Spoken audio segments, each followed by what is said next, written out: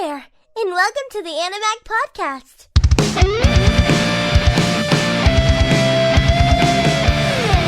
Hey, and what is up, everybody? Welcome back to Animag, the #1 podcast in your mother's Spotify playlist. Baby, how are you? I'm your host, Asylum, sitting here with...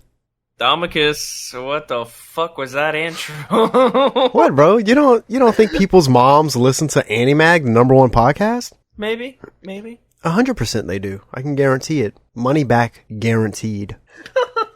We're moving right along, guys. Today we're talking Orange episode 10, and this is going to leave us with only 3 episodes left in the season. I'm getting excited, baby. Let's get it out the way. Yeah, I thought a certain little part was going to happen this episode, but I guess it's going to be either the second to last or next episode. Now, I will say... for this particular episode, we have conflicting ratings because Thomicus is throwing this up there. He's putting it on a pedestal, and I'm kind of keeping it mid-tiered, bro. I like it. I'm not saying it was bad. It was good, obviously, but I just feel like nothing major happened. Yeah, nothing major happened, but like, it's showing you how hard they're trying to save Kakeru.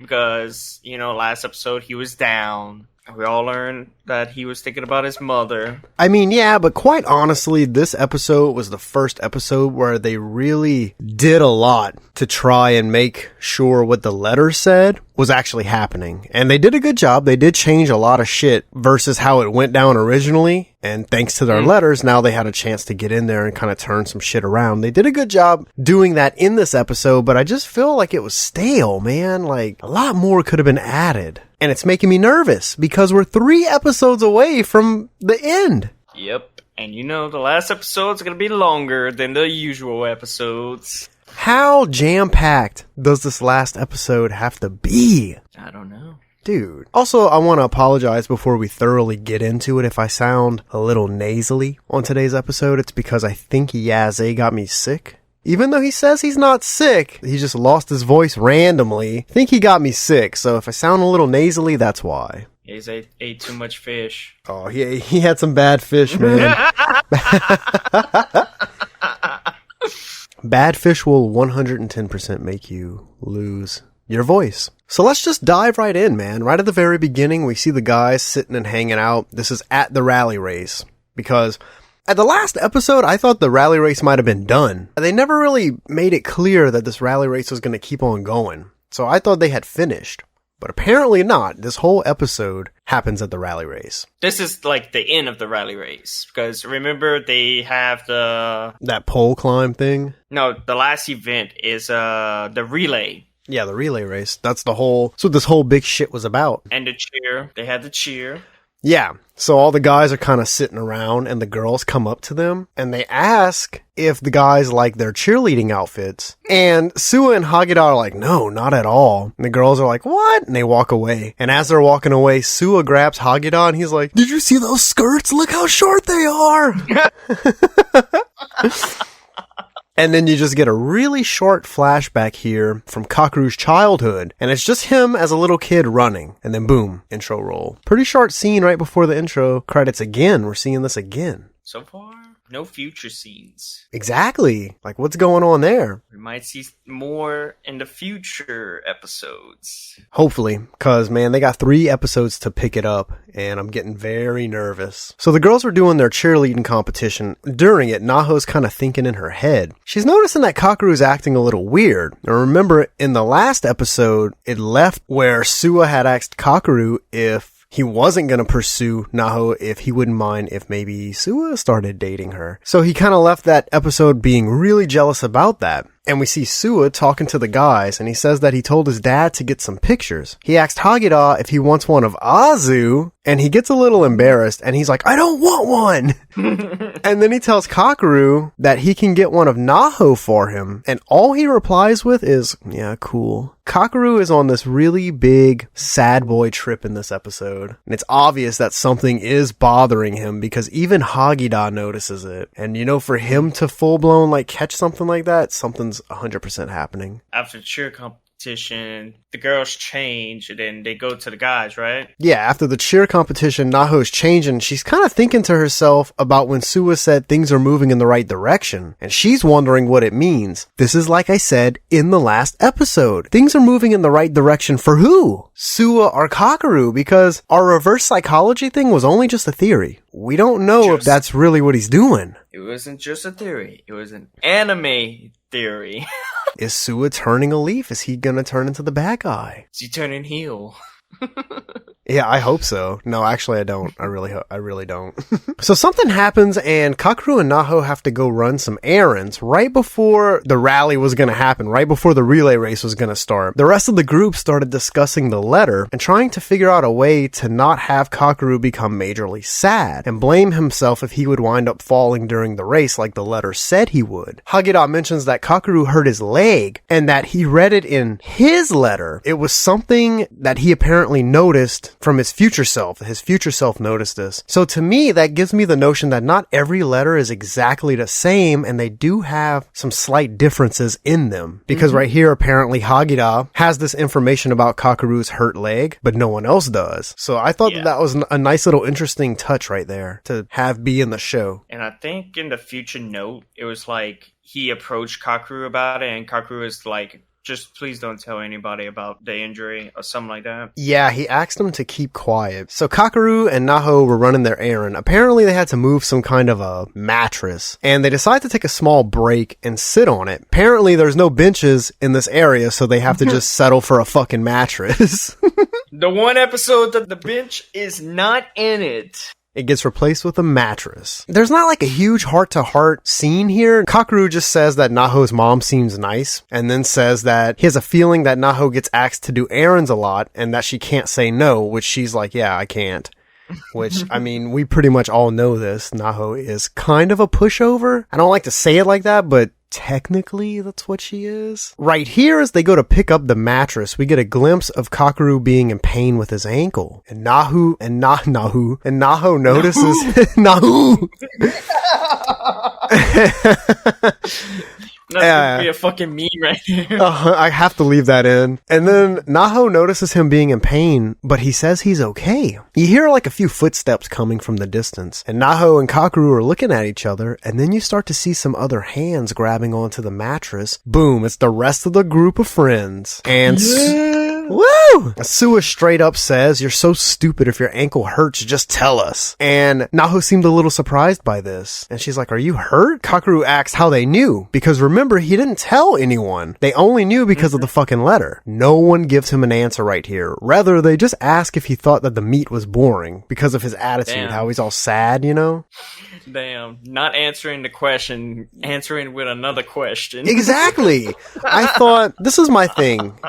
If I'm Kakeru and I ask this question, like, how'd you guys know? And it immediately gets blown off and another question's thrown at me, I'm gonna know something's kind of fishy here. He should have said, like, oh yeah, I noticed that you was holding on to your ankle earlier. That's how it should have been. Yeah. Not throwing in another freaking question. So they ask if he thought the meet was boring, and he says no. Why? And Azu says, because we all noticed that you seem a little down. And she tells him that they were just worried something had happened. Kakeru goes, oh, it's nothing, he blows it off, you know, just typical Kakeru fashion. But in his head, he has a flashback to the classroom scene earlier in the season when Suwa was telling him that friends talk to each other when something's wrong. Remember when he said he wanted to like jump out the window to be Superman, but we all know that that's not what he really wanted to do when he wanted to jump out the window? Oh yeah. He has a flashback to that scene. Kakeru then takes a moment. He's like, guys, I'm sorry, I've been lying. And right here, he winds up telling the whole group of friends that he lost his mom. He tells them all in person. And he confesses this whole thing. Maybe they do have a heart-to-heart here at the mattress, but they're just not sitting on it anymore. They're all kind of holding it, which is also kind of weird. I don't want to be standing here holding a mattress and have this guy pour his fucking heart out to me, you know? They go, oh, I feel bad for you. They let go and it just drops on freaking Kakeru's fucking ankle. Hurts it even more.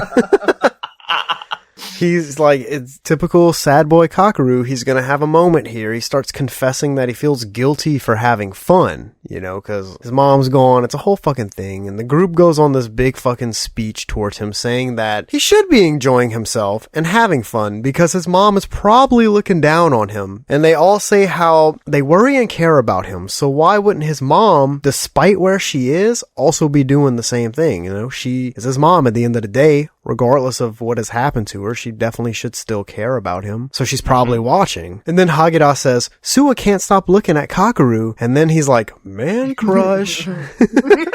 That was my favorite part. And Suwa's like, shut up! Dude, Hagita's fucking hilarious. I love Hagita. I really do like his character. So they all kind of throw Naho under the bus right here. And they say, if there's anyone that cares about Kakeru out of the group of friends the most, it's her. They're saying this like to Kakeru in front of Naho. And they say that she has been worried about Kakeru and she's a complete wreck. And she actually winds up growing a pair of tits here. And she goes, yeah, it's true. I have been worried about you and I am a wreck. That's a very proud moment for me right here because this girl never does stuff like that. We've only seen her do this once or twice. She's finally gotten out of that shy state. I think it's going in the right direction for that, man. So they convince Kakeru to get his ankle checked out and it winds up being spranged, alright? He gets it wrapped and everything. He was definitely hurt. I'm assuming this happened when they were doing the pole climbing thing. I want to say so too because that's the only event that he was in. Exactly, the only thing he did. Yeah. And despite the doctor saying that he shouldn't run, he says that he can and he will still run in the race. Whew.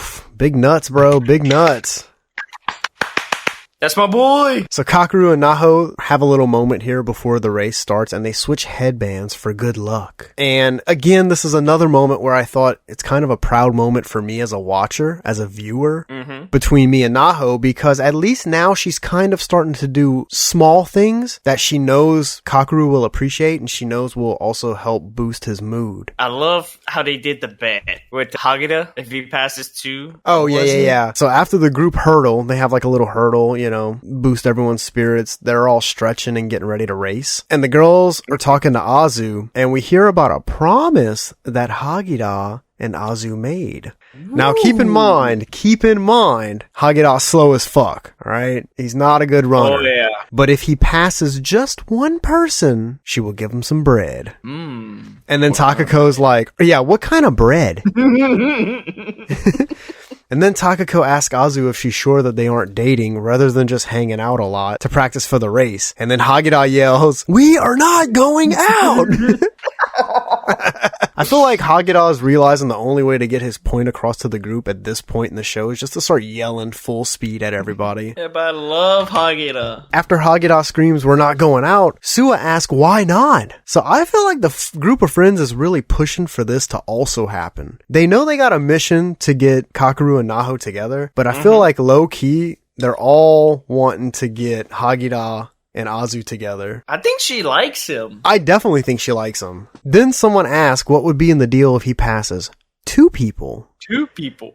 Ooh. And they ask if maybe him and Azu would start dating. And guess what Azu says? She says she could easily do that. And then you see Hagita get all embarrassed. So like she's 100% down to date him right here. She literally made that clear by saying, yeah, I could easily start dating Hagita if he passes 2 people. Thought that was interesting. Which makes Hagita embarrassed. Yeah, Hagita gets all embarrassed and fucking it's like whatever. Then the group tries to make a wager for Kakeru and Naho that if he finishes in first place, she has to kiss him. But Kakeru doesn't. Suwa gets to kiss. Yeah. Man, she gets all shocked. Which makes Kakeru want to win even more because he doesn't want Suwa to get the kiss. I mean, that's a little sleazy on... Again, this could just be the reverse psychology shit. But if it's not, that's really sleazy on Suwa's part because he knows Kakeru has a busted ankle, right? I feel like that's taking candy from a baby, so to speak. You know what I'm saying? If he gets hurt, we know Naho is going to go in there first aid, heal it up, wrap it up. Naho's hearing all this going on, and her eyes are just fucking huge, right? Picture that. Her eyes are full-blown wide open, and Kakeru is like, wait, hold on. And pretty much for the rest of the scene, her eyes are just fucking like massively wide open. She doesn't say a word. She's just in shock. Oh. Oh my god.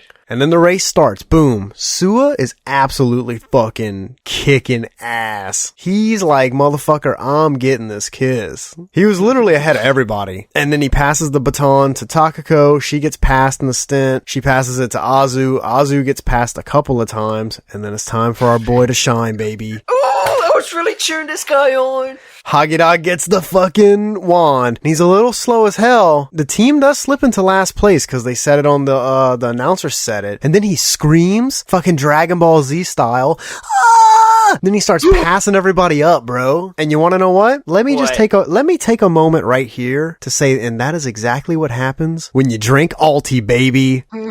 Alti is a high, efficient gaming supplement that you could also use to go and work out. You get a little curious? Go to altisubs.com and buy some and use code Animag at checkout for 10% off your entire order. And if you want to end up like Hagita, you best drink it. Exactly. If you want to start dating yourself and Azu, get you some Alti and drink it and go race everybody on foot.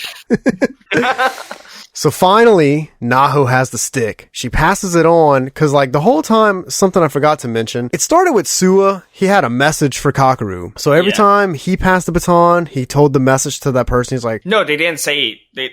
Did they not say the message? Yeah. No, the first... It was to not lose. That was the message. Because when Sua passed the baton, he said, tell Kakeru not to lose. And then they just kept that going. So when Naho finally has the baton, she passes it to Kakeru. She passes down that message that everyone else was also passing up from Sua, and it was to not lose. Then she says, we'll always be together, the entire group of friends. And I guess that's to also boost his spirits, because we all know he's a sad boy, right?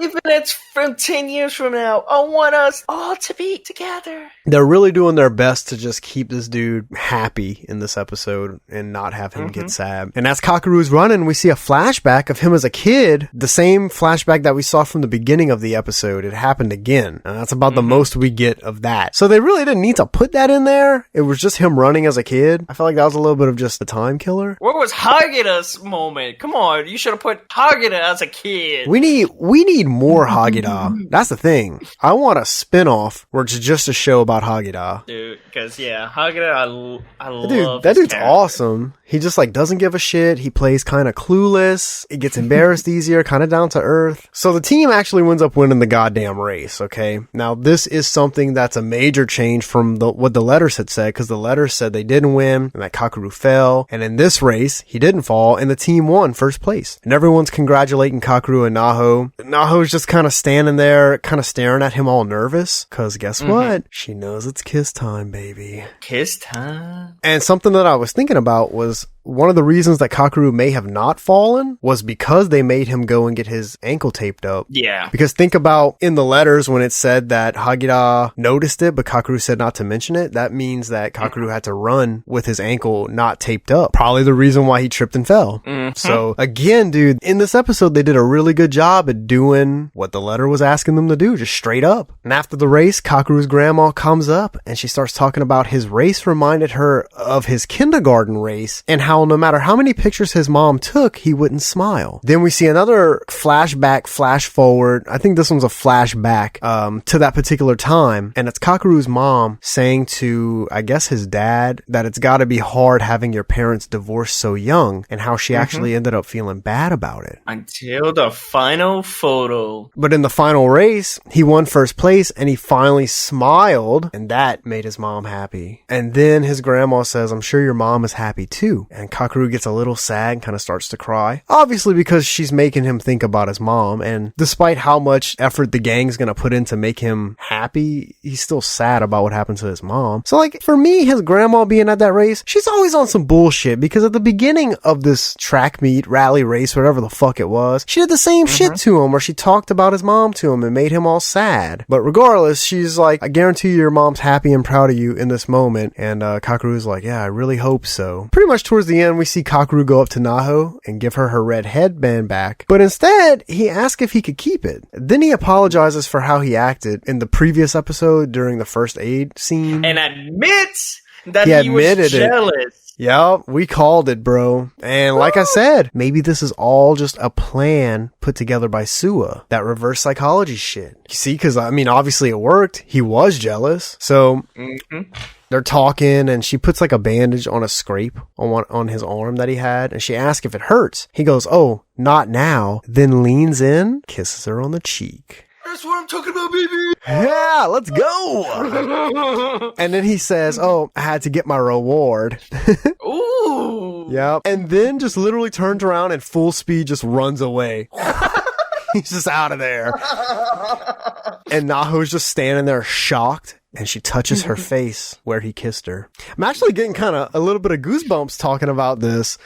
All right, so there's a major but here, okay? There's a major but. He runs away. Naho's just like in shock, and she's touching her face on the cheek where Kakeru kissed her. But then we see Suwa, who was kind of hiding around the corner. I guess he just didn't want to interrupt the moment because he knows what needs to happen. And he's holding on to some stuff, kind of looking sad, but kind of looking like he knew that needed to happen. Saw the whole thing go down. He saw the whole kiss and everything. But to me, he had a sad look in his eyes. So that makes me think, was this really, in the previous episode, was it a reverse psychology thing he was doing? Or maybe he's just full-blown being serious. Like, look, if you don't go after Naho, I will. Now you're making me do like a reverse psychology and a reverse psychology.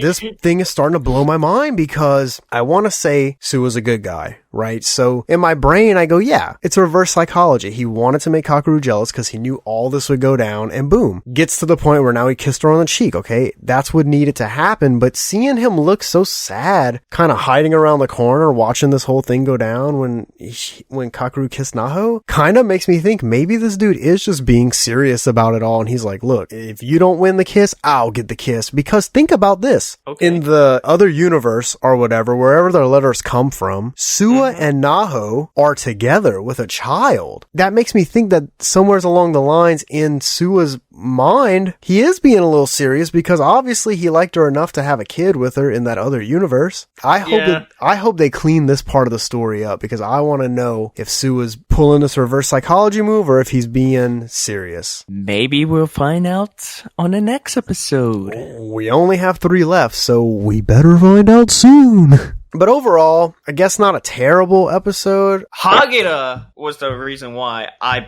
brought it up high. Hagita was a big player in this one. I just didn't think that it had I don't know what to say, man, because like it has enough towards the end, obviously, with the big kiss scene, and then you see Suwa kind of looking on, all sad. It leaves you a lot to question. I feel like there just could have been so much more. And obviously there was a big moment. They had the mattress scene where he's telling everyone about his mom. He finally, 10 episodes in, finally telling everyone about his mom, the whole group of friends. I don't know. Yeah. I think I'm going to rate this a 6. You better add +1 because that bitch wasn't in the episode. Nah, it was going to be a 5. I gave it a +1 because the bitch wasn't in it. So it's a 6 for me. Okay. Yeah. And Hagita. I'm going to give it a 7. 7? Okay. I thought you were going to go higher than that. I thought you were in the 8s, maybe. Nuh-uh. It would have been in the 8s if I would have seen the bitch get ran over. Oh my god. You know what? Something I was thinking about. We haven't actually seen her in like at least 2 episodes. Is she done?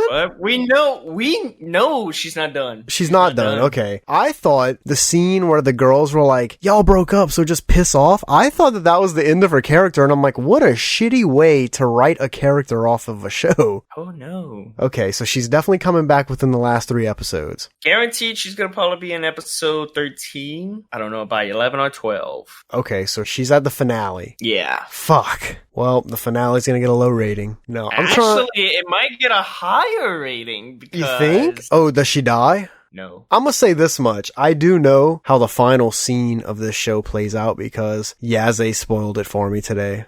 That's it. If Yaze spoils another fucking podcast... I also know he's out. I also know that they wind up showing Kakeru their letters. Not like reading them to him, but they do pull out.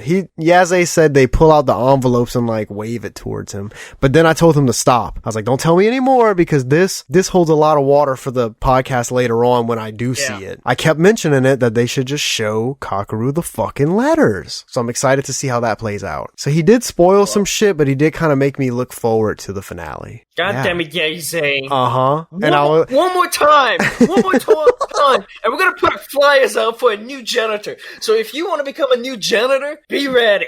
Join our Discord, man. We have a Discord. Go to the website and click the Discord button. It'll take you right there. Yeah. If you join the Discord, there's maybe a 70% chance you'll be the new janitor of this. Yaze does not understand the complexity that is us doing an episode by episode podcast, because he was going to spoil this for me weeks ago and I told him not to, but then today I was expressing my concerns with this episode, telling him that like a lot needs to happen within the next few episodes. He's like, I'm just going to spoil it for you, and starts telling me. Oh, I would have slapped him. I would have been like, you're fired! That's why he did it when you weren't around. He knew. Because, like, if you spoil something, it just ruins it for the podcast. Yeah, it does kind of ruin it a little bit because I know the layout of that finale, or the final scene at least. But in a sense, it did kind of help me because it did get me excited. I want to see it because I made him stop at talking about the letters and everyone showing theirs. I was like, stop. I don't want to hear no more because I need to form my own thoughts around it. I don't want to pull a him and watch somebody's shitty YouTube review and just say it's a bad show. I want to watch it and analyze it and say, okay, maybe this is good, maybe this is bad. Yeah, in your own words and not take somebody else's credit. Exactly. Because, like, people have different tastes. Yeah, I mean, obviously he don't know anything about the show. He just watched a freaking 5-minute review on YouTube. Dragon Ball Z! Dragon shit! Well, that's pretty much gonna do it for this week's episode, guys. Hope you enjoyed. 3 left. It is getting close, baby! And you got our ratings, so you know what we're thinking about this show. And until next week, remember, take it easy out there and be safe, everybody. And so long. Sayonara! Thank you for listening. Be sure to visit our website at www.animag.org. See you next time.